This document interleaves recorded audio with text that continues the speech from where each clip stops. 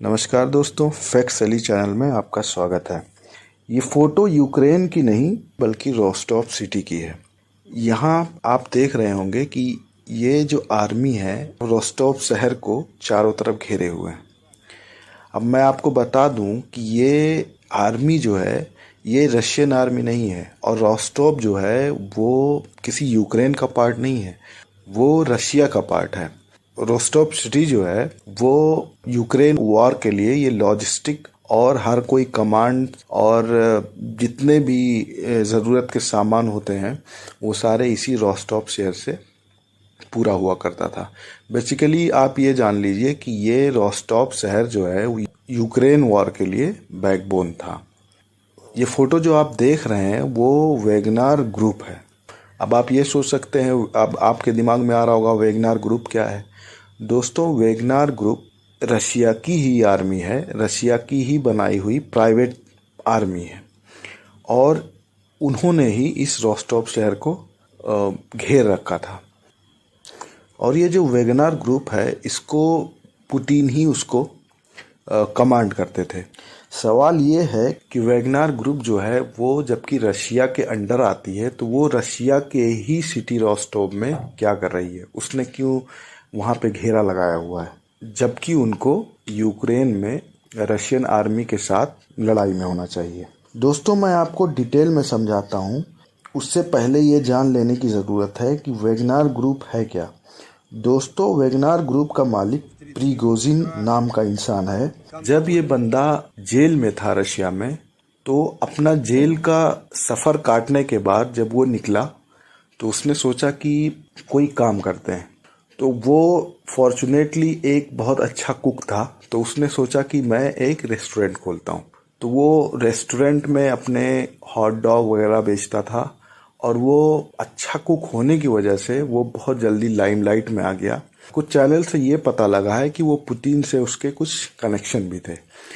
तो जब ये लाइमलाइट में आया, खाना इसका बहुत अच्छा हुआ, तो पुतिन ने एक बार खाना मंगवाया। उन्होंने खाया, उनको बहुत पसंद आया, बहुत ही तारीफ़ किया उन्होंने। उसके बाद ऐसे कई बार उन्होंने खाना मंगाया और खाने लगे।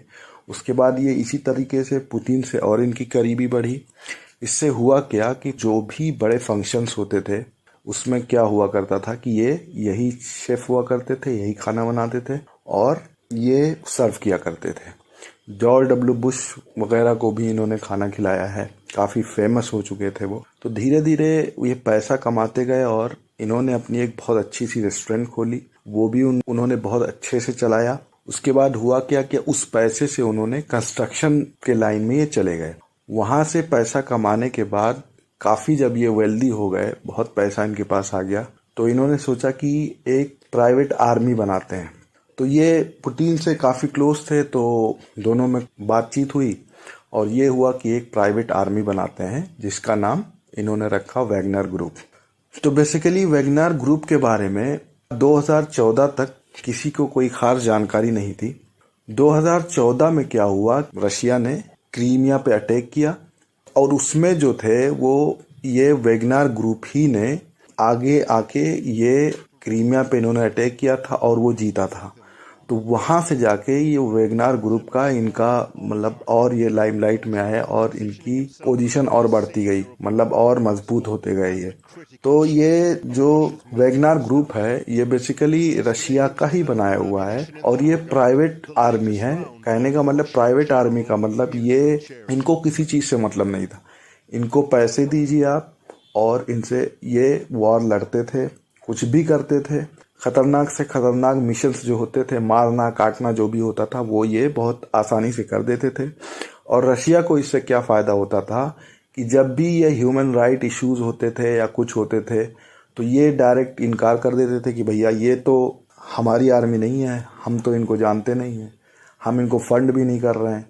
और ये बच जाते थे उस चीज़ से, क्योंकि अगर ये रशियन आर्मी अगर ये सब करे, कोई ख़तरनाक कत्लेआम ये सब अगर करे, तो जाहिर सी बात है उसमें फिर दूसरे देशों का प्रेशर पड़ेगा और काफ़ी गेम ख़राब हो सकता है।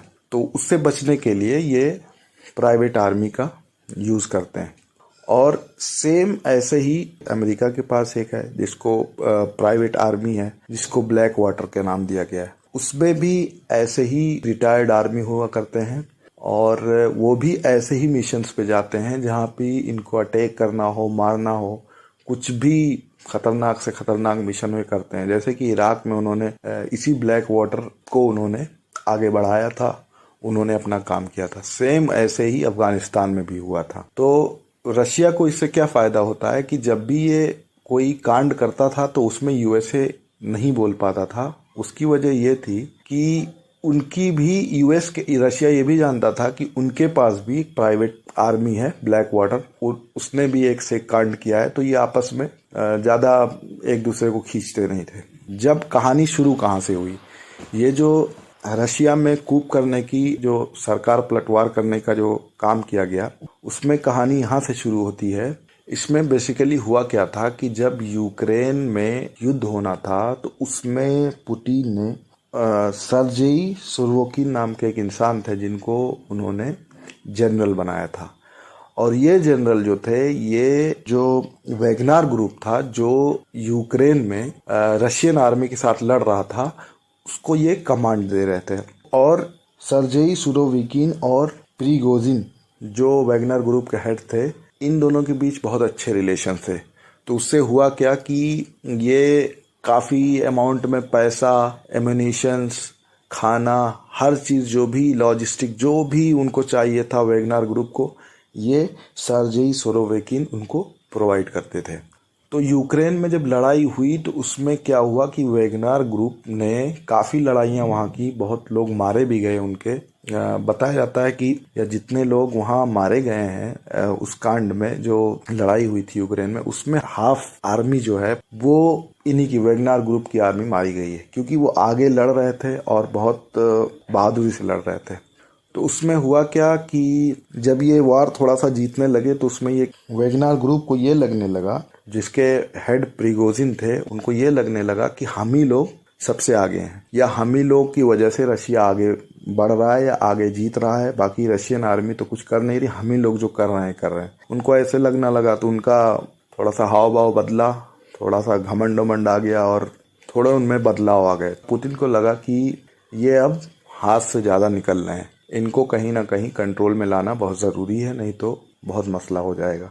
तो उन्होंने एक डिसीजन लिया जिसमें इन्होंने जो सर्जेई सुरोविकिन थे, जो जनरल थे उस टाइम, उनको इन्होंने सीधे हटा दिया और उनके जगह पे वैलेरी गेरासिमोव को नया जनरल बना दिया गया। और ये जो नए जनरल थे, उनसे प्रिगोजिन जो वैगनर ग्रुप के हेड थे, उनसे काफ़ी तनाव पहले से हुआ करती थी। मतलब ये दोनों के आपस में रिलेशन ठीक नहीं थे। अब उन्होंने क्या किया, जो नए जनरल बने, उन्होंने क्या किया कि अब इनको वैगनर ग्रुप के हेड को, वैगनर ग्रुप को supply, food, ammunition, weapons, food सब देना कम कर दिया। इन्होंने रोक लिया कि ये लोग बहुत आगे बढ़ रहे हैं, इनको किसी तरह कंट्रोल करना पड़ा। तो उसी के जब कुछ दिन ये होता गया, तब फिर वैगनर ग्रुप को ये लगा कि अब हम बर्दाश्त नहीं करेंगे, अब हम लोग कोई लड़ाई नहीं लड़ेंगे। और ये सीधे यूक्रेन में जो युद्ध लड़ रहे थे उसको छोड़ के ये लोग बैकआउट मार गए। ये आके सीधे रशिया के ही शहर में, रोस्टोव में आके इन्होंने कब्जा कर लिया। तो वही जो मैंने शुरू में वीडियो आपको दिखाई थी, जो एक आर्मी रोस्टोव शहर में जो घूम रहे थे, वो वैगनर ग्रुप ही थी। और वही बदला लेने के चक्कर में वो आए थे कि हम लोग ये शहर कब्जा करेंगे और हम पूरा रशिया पलट देंगे और नया प्रेसिडेंट हम चुनेंगे, पुतिन को स्टेप डाउन करना पड़ेगा। ये प्लान लेकर ये चले थे।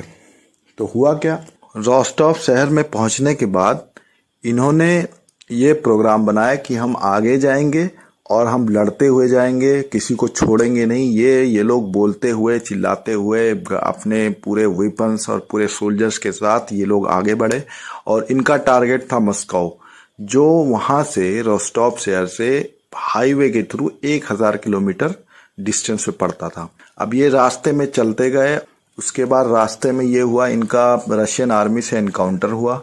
उसमें हुआ क्या कि ये लड़के आगे बढ़े, रशियन आर्मी से इनका एनकाउंटर हुआ, लड़ वड़ के ये आगे बढ़ते गए वैगनर ग्रुप। और रास्ते में फिर क्या हुआ कि एक रशियन हेलीकॉप्टर को वैगनर ग्रुप ने मार के गिरा दिया। अब ये टेंशन और बढ़ती गई। उसके बाद रशिया ने ये आगे बढ़ते जा रहे थे, बाकी फिर पुतिन ने पूरे रास्ते को, अब उन्होंने सोचा कि अब ये लड़ाई होके रहेगी, तो उन्होंने एक डिसीजन लिया, पूरे रास्ते को उन्होंने बंद करवा दिया, मतलब वो आगे नहीं बढ़ सकते थे।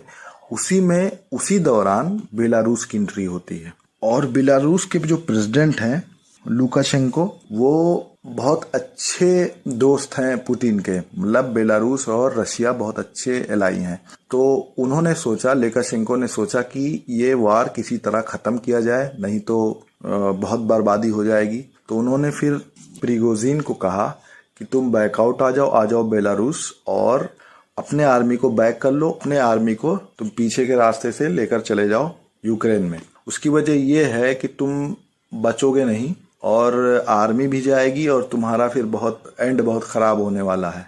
पुतिन किसी को छोड़ेंगे नहीं, तो ये सोच लो कि तुम्हारे साथ क्या होने वाला है, उस हिसाब से डिसीजन लो। अगर तुम लड़ाई से करना चाह रहे हो, वो मैं बात से तुम्हें सुलझा दूंगा, बात से ये सॉर्ट आउट करा दूंगा। उसके लिए कंडीशन ये है, तुम मेरे पास आओ, हम यहाँ बैठ के बात करेंगे और आर्मी को पीछे भेज दो यूक्रेन में।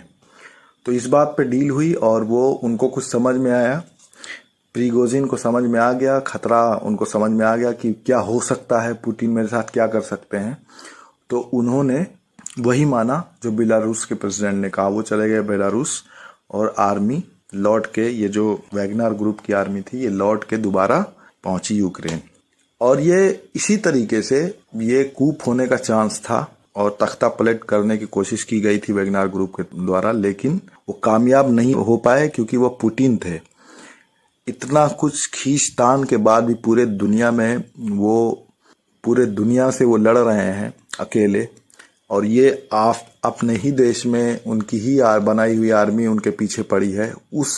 उनके पावर का अंदाजा होता है वो कैसे इस चीज को टैकल किए। 24 घंटे के अंदर वो सब कुछ रोक दिया गया। अब पुतिन का कहना है कि मैं तो बदला लेकर रहूंगा। अब आगे क्या होता है ये भी पता नहीं है, और ये क्या इन लोगों के बीच डिस्कशंस हुए, कैसे इसको किस हिसाब से इसको लिया जाएगा, ये भी अभी किसी को नहीं पता। बाकी आगे देखते हैं क्या होता है। तो दोस्तों, आज का वीडियो यहीं तक था। अगर आपको ये वीडियो पसंद आया तो प्लीज मेरे चैनल को लाइक एंड सब्सक्राइब कीजिए और बेल आइकन को जरूर दबा दिए। Thank you so much.